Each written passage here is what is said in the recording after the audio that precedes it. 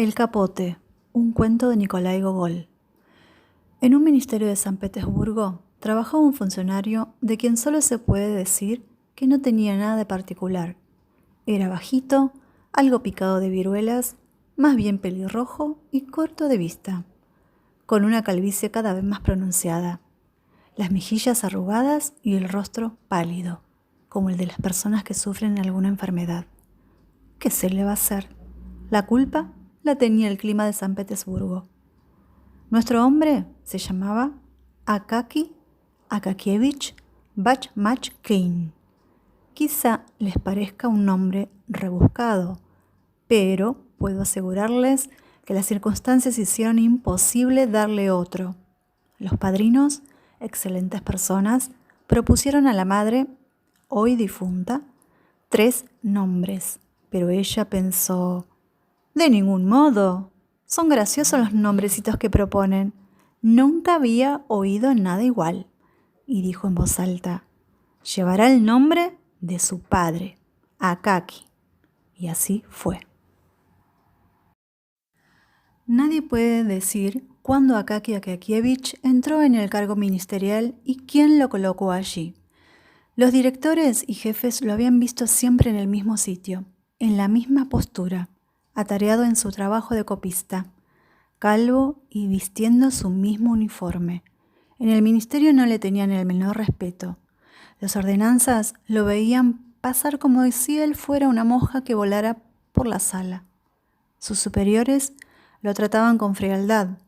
Los ayudantes del jefe le ponían los montones de papeles debajo de las narices sin decirle siquiera cópielos, con los buenos modales que se estilan en las oficinas. Y él los tomaba, sin mirar quién se los daba, y se ponía en el acto a copiarlos. Los empleados jóvenes se burlaban contando en su presencia toda clase de historias inventadas sobre él y su patrona, una anciana de 70 años. Decían que la vieja le pegaba, le preguntaban cuándo iba a casarse con ella y le tiraban papelitos sobre la cabeza. Pero a todo esto, Akaki Akakievich no replicaba nada y en medio de tantas incomodidades no cometía ni un solo error en su escritura. Solo cuando las bromas consistían en darle algún golpe en el brazo e impedirle seguir con su trabajo, decía: «Dejadme, ¿por qué me tratáis así?». Difícilmente se encontraría un hombre tan dedicado a su trabajo. Lo hacía con esmero y allí, copiando documentos, se abría ante él un mundo pintoresco y atrayente. Algunas letras eran sus favoritas, y cuando le correspondía copiar una de ellas, sonreía, parpadeaba y la pronunciaba con los labios, de manera que resultaba posible leer en su rostro qué letra trazaba con su pluma. En cierta ocasión, un director, hombre bondadoso, deseando recompensarlo por sus largos servicios, ordenó que le diesen un trabajo de mayor importancia que el suyo.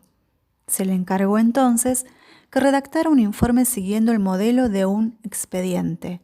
Solo debía cambiar el título y sustituir el nombre de la persona interesada. Pero le dio tanto esfuerzo que quedó bañado en sudor y suplicó: «No, será mejor que me dé a copiar algo, como lo hacía antes». Y desde entonces lo dejaron para siempre de copista. Fuera de estas copias, parecía que en el mundo no existía nada para él. Nunca se preocupaba por la vestimenta. Su uniforme ya no era verde, sino que había adquirido un color pardo y grisáceo. Siempre algo se le quedaba pegado al traje, a veces un poco de heno o algunos hilos.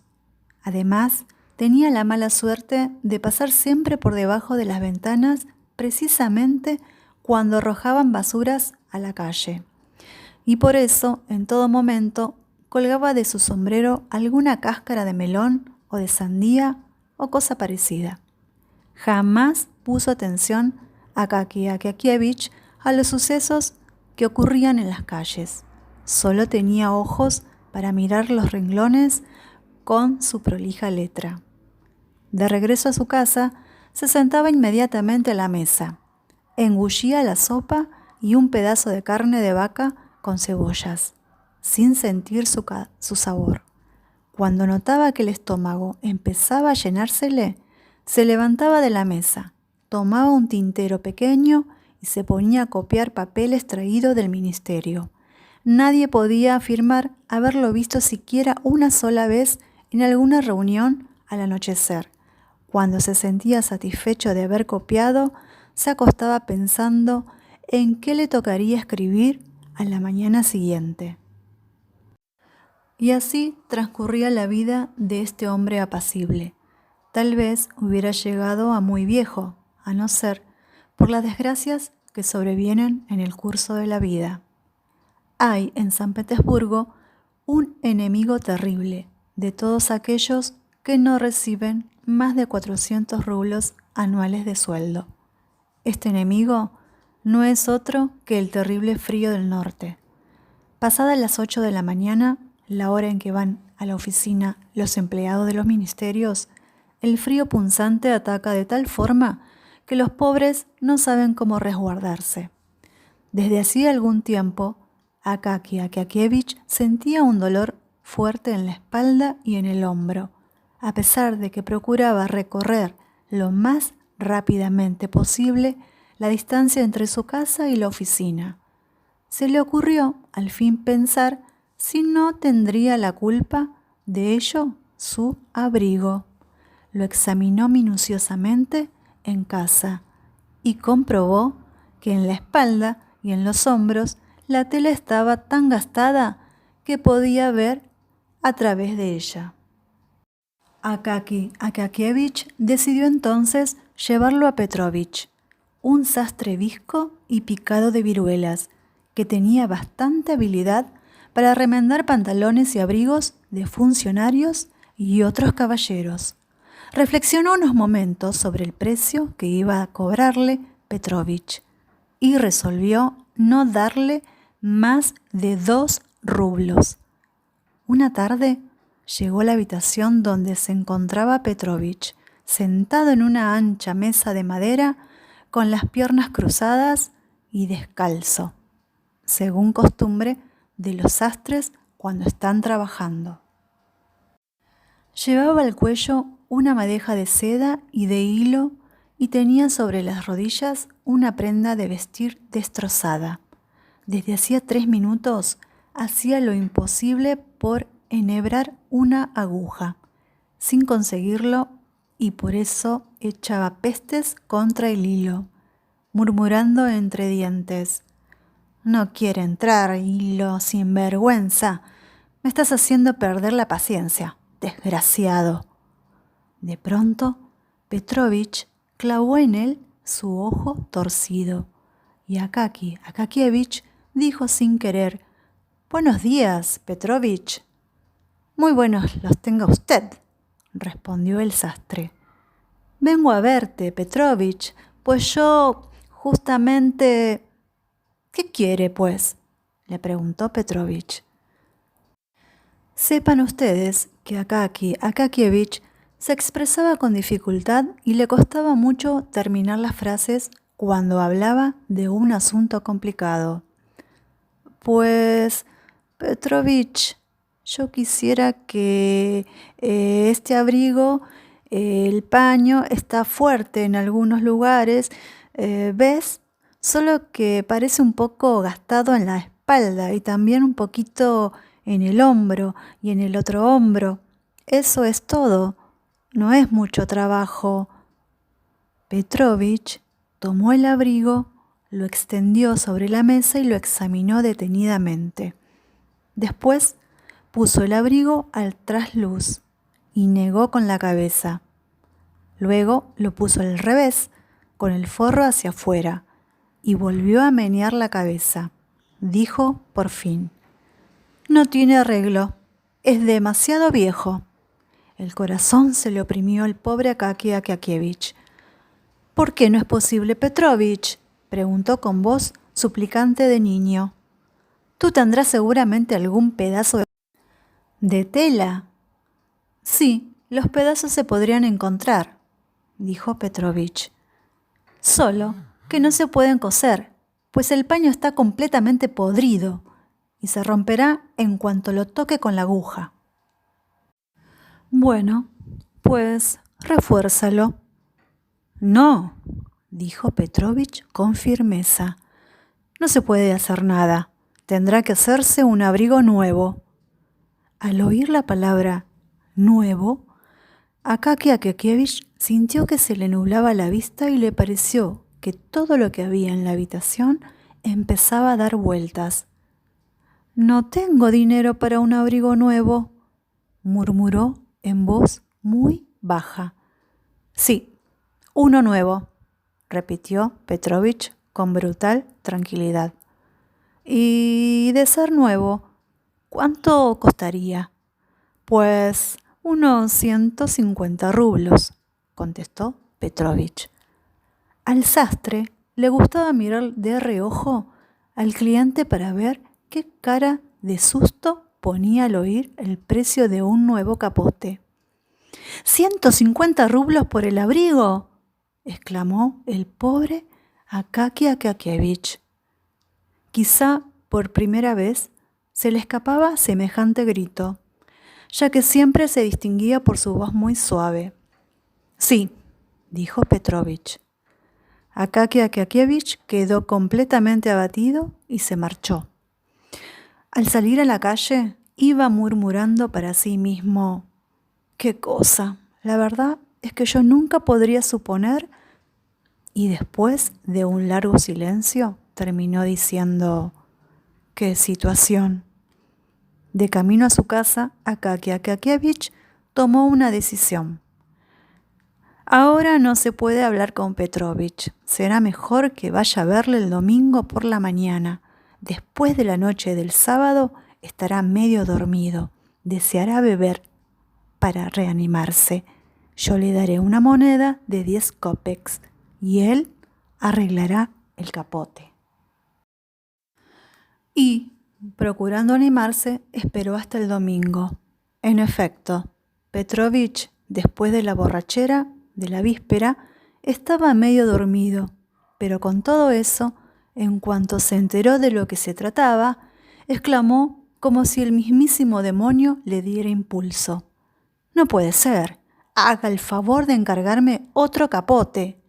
Y entonces fue cuando Akaki Akakievich le metió en la mano la moneda de 10 kopecks. «Gracias, señor, brindaré a su salud», dijo Petrovich. «En cuanto al capote, no sirve para nada». Solo entonces vio el pobre copista que no podía pasarse sin un nuevo abrigo y perdió el ánimo por completo. Pensándolo mucho, Akaki Akakievich sospechó que Petrovich consentiría en hacerle el abrigo por 80 rublos. Pero, de todas maneras, ¿dónde hallar esos 80 rublos? Akaki Akakievich pensaba y finalmente llegó a la conclusión de que era preciso reducir los gastos por lo menos durante un año. O sea, dejar de tomar té todas las noches, no encender la vela y, si tenía que copiar algo, ir a la habitación de la patrona para trabajar a la luz de su vela. También sería preciso, al andar por la calle, pisar lo más suavemente posible las piedras y baldosas e ir casi de puntillas para no gastar demasiado las suelas. Y para que no se gastara la ropa, quitársela al volver a casa y ponerse solo la bata. Al principio le costó bastante adaptarse a estas privaciones, pero después se acostumbró y todo fue muy bien. Incluso hasta llegó a dejar de cenar. En cambio, se alegraba con la eterna idea de su futuro abrigo. Desde aquel momento su vida cobró mayor plenitud, como si la ilusión del capote se hubiera transformado para él en una querida compañera que caminaba a su lado por el sendero de la vida. Se volvió más animado y enérgico, como un hombre que se propone alcanzar una meta. En cierta ocasión, al copiar un documento, estuvo a punto de cometer una falta. Sorprendido, exclamó «¡Ah!», casi en voz alta. Las cosas se aceleraron más de lo que Akaki Akakievich pensaba. Contra toda suposición, el director le dio un aguinaldo, no de 40 o 48 rublos, sino de 60 rublos. El caso es que el copista se enriqueció de repente con 20 rublos más. Su corazón, por lo general tan apacible, empezó a latir precipitadamente, y ese mismo día fue a las tiendas en compañía de Petrovich. Compraron un paño buenísimo, eligieron un forro que parecía de seda, por su aspecto y su brillo, y escogieron la más hermosa piel de gato que había en toda la tienda, y que de lejos fácilmente se podía tomar por piel de Marta. Petrovich tardó unas 2 semanas en hacer el abrigo, pues era preciso pespuntear mucho. Un día le llegó por fin el capote. Seguramente ese fue el momento más solemne en la vida de Akaki Akakievich. Petrovich apareció con el abrigo como suele hacerlo todo buen sastre. Lo traía envuelto en una sábana blanca recién planchada. Desenvolvió el capote, lo miró orgulloso y tomándolo con ambas manos, lo echó con suma habilidad sobre los hombros de Akaki Akakievich. Luego lo arregló, estirándolo un poco hacia abajo a manera de capa. Se lo ajustó perfectamente, pero sin abrocharlo. Akaki Akakievich quiso también probar las mangas. Petrovich lo ayudó a hacerlo, y he aquí que el abrigo le sentaba estupendamente. El copista le pagó, le dio las gracias y salió con su nuevo abrigo, camino de la oficina. El sastre salió detrás de él y, parándose en plena calle, le siguió largo rato con la mirada, contemplando a lo lejos el abrigo. Mientras tanto, Akaki Akakievich seguía caminando con gran alegría. A cada momento sentía que llevaba un abrigo nuevo sobre los hombros y hasta llegó a sonreírse varias veces con íntima satisfacción. El camino se le hizo cortísimo y de repente se encontró en la oficina. Dejó el abrigo en la conserjería y volvió a mirarlo por todos los lados, rogando al conserje que tuviera especial cuidado con él. No se sabe cómo, pero al momento todos se enteraron en la oficina de que Akaki Akakievich tenía un abrigo nuevo y salieron a la conserjería para verlo. Empezaron a felicitarlo tan cordialmente que se sonrió, aunque luego acabó por sentirse algo avergonzado. Cuando todos se acercaron a él diciendo que tenía que celebrar el estreno del abrigo con una fiesta, el pobre Akaki Akakievich se turbó por completo y no supo qué responder ni cómo defenderse. Solo pasado unos minutos y poniéndose todo colorado, intentó asegurarles que no era un abrigo nuevo, sino uno viejo. Uno de los funcionarios, ayudante del jefe de oficina, dijo: «Señores, precisamente hoy es mi cumpleaños. Daré una fiesta y celebraremos también el nuevo abrigo de Akaki Akakievich. Los convido a cenar esta noche en mi casa». Akaki Akakievich quiso negarse, pero todos le interrumpieron diciendo que era una descortesía, que debería darle vergüenza, y terminó por aceptar la invitación.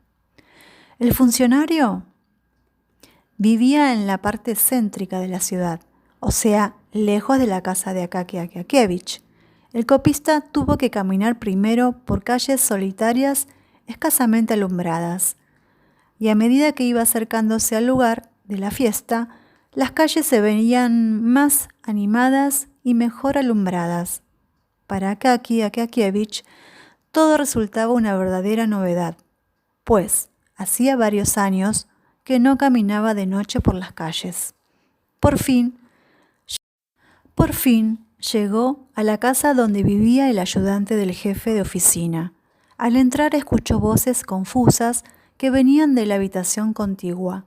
De repente se hicieron claras y sonoras al abrirse la puerta para dar paso a un lacayo que llevaba una bandeja con vasos vacíos y una cesta de bizcochos. Akaki Akakievich colgó él mismo su abrigo y entró en la habitación. Ante sus ojos desfilaron al mismo tiempo las velas, los funcionarios, las pipas y las mesas de juego, mientras que el rumor de las conversaciones y el ruido de las sillas sorprendían sus oídos. Sus colegas lo saludaron con calurosas exclamaciones y todos fueron al recibidor para admirar nuevamente su abrigo. Akaki Akakievich se quedó desconcertado y no pudo, por menos, alegrarse al ver cómo todos ensalzaban su abrigo. Después se olvidaron de él y del capote y volvieron a las mesas. Cuando sirvieron la cena, obligaron a Akaki Akakievich a beber 2 copas y desde ese momento todo cuanto había en la habitación se le apareció bajo un aspecto mucho más risueño. Sin embargo, no consiguió olvidar que era pasada la medianoche y que ya era hora de volver a casa. Al fin, salió de la habitación sin ser visto y buscó su abrigo en el recibidor. Con gran dolor, lo encontró tirado en el suelo. Lo sacudió, le quitó las pelusas, se lo puso y por último bajó las escaleras. Las calles estaban todavía alumbradas. Akaki Akakievich caminaba en un estado de ánimo de lo más alegre. Prosiguió su camino y pronto se extendieron ante él las calles desiertas que de noche parecían todavía más silenciosas y solitarias. Se acercaba a un punto donde la calle desembocaba en una plaza muy grande. Al llegar allí, la alegría de Akaki Akakievich se desvaneció por completo. Puso un pie en la plaza como si presintiera algún peligro. Más vale no mirar, pensó para sí, y siguió caminando con los ojos cerrados. Cuando los abrió, se encontró casi ante sus propias narices con unos hombres bigotudos, pero no tuvo tiempo de averiguar más acerca de ellos. Se le nublaron los ojos y el corazón empezó a latirle precipitadamente. «¡Este abrigo es mío!», exclamó uno de ellos con voz de trueno, tomándolo por el cuello. Akaki Akakievich quiso gritar pidiendo auxilio, cuando el otro le tapó la boca con el pañuelo, le quitó el abrigo y le dio un golpe con la rodilla que le hizo caer de espaldas en la nieve. Cuando volvió en sí y se levantó, ya no había nadie. Sintió que hacía mucho frío y que le faltaba el abrigo. Desesperado, echó a correr a través de la plaza. Creyó que emitía alaridos, pero no le salía la voz. Akaki Akakievich volvió a casa en un estado terrible. Estaba cubierto de nieve.